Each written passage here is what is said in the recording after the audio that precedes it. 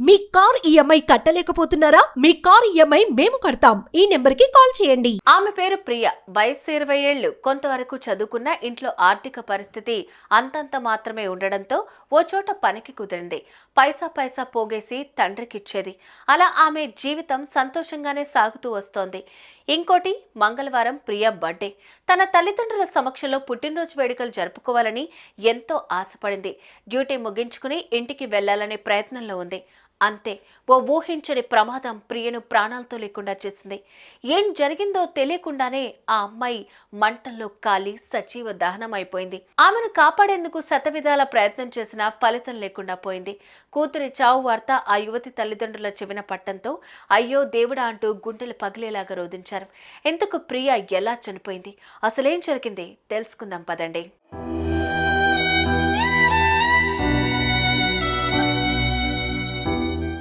ఇక్కడ మనం చూస్తున్న అమ్మాయే ప్రియ. బెంగళూరుకు చెందిన ఈ యువతి రాజోజీ నగర్లోని doctor Raj Kumar road, Navrang junction లో ఉన్న మై ఇవి ఎలక్ట్రానిక్ బైక్ షోరూంలో 3 ఏళ్లుగా రిసెప్షనిస్ట్ గా పనిచేస్తోంది. ఇంట్లో తల్లిదండ్రులకు ఎంతో కొంత ఆసరా అవ్వాలనే ఉద్దేశంతో ఉద్యోగంలో చేరింది. నెల వచ్చిన జీతం అంతా తన తండ్రికి ఇచ్చేది. అయితే మంగళవారం ప్రియ పుట్టినరోజు కావడంతో ఉదయం త్వరగా షోరూంకి వెళ్లి సాయంత్రం తొందరగా ఇంటికి వెళ్లాలని అనుకుంది. అనుకున్నట్లే తొందరగానే షోరూంకి వెళ్ళింది.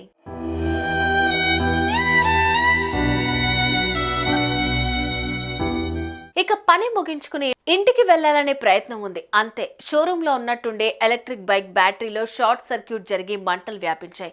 చూస్తుండగానే పెద్ద ఎత్తున ఎగిసిపడ్డాయి. అందులో ఉన్న 20 నుంచి 25 బైకులు ఒకదాని తర్వాత ఒకటి పేలిపోవడంతో షోరూం అంతా మంటలతో నిండిపోయింది. దీంతో సిబ్బంది అప్రమత్తమై బయటకు పరుగులు తీశారు. కానీ ప్రియా మాత్రం ఆ మంటల్లో చిక్కుకుపోయింది.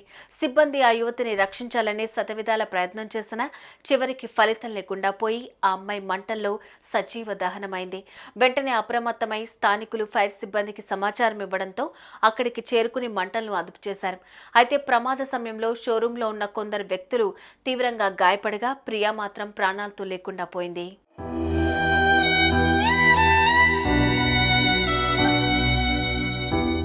ఇక కూతురి మరణ వార్త తెలుసుకున్న ప్రియా తల్లిదండ్రులు గుండెలు పగిలేలాగా ఏడ్చారు. అయితే ప్రియా పుట్టినరోజు కావడంతో ఆమె తండ్రి కూతురికి కొన్న డ్రెస్ పట్టుకుని ఘటనా స్థలానికి వచ్చి వెక్కి ఏడ్చాడు. అతడు ఏడుస్తున్న తీరును చూసిన స్థానికులు సైతం కన్నీటి పర్యంతమయ్యారు.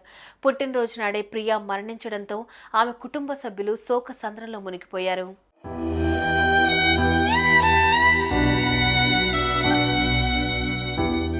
ఇదండి మనిషి జీవితం. మన జీవితాలకు ఎప్పుడు ముగింపు ఉంటుందనేది ఎవ్వరూ చెప్పలేంది. సాయంత్రం తల్లిదండ్రుల సమక్షంలో పుట్టినరోజు జరుపుకోవాల్సిన ప్రియ మంటల్లో కాలి సజీవ దహనమైంది. ఈ వార్త విన్న ప్రతి ఒక్కరూ ఇప్పుడు కంటతడి పెడుతున్న పరిస్థితి.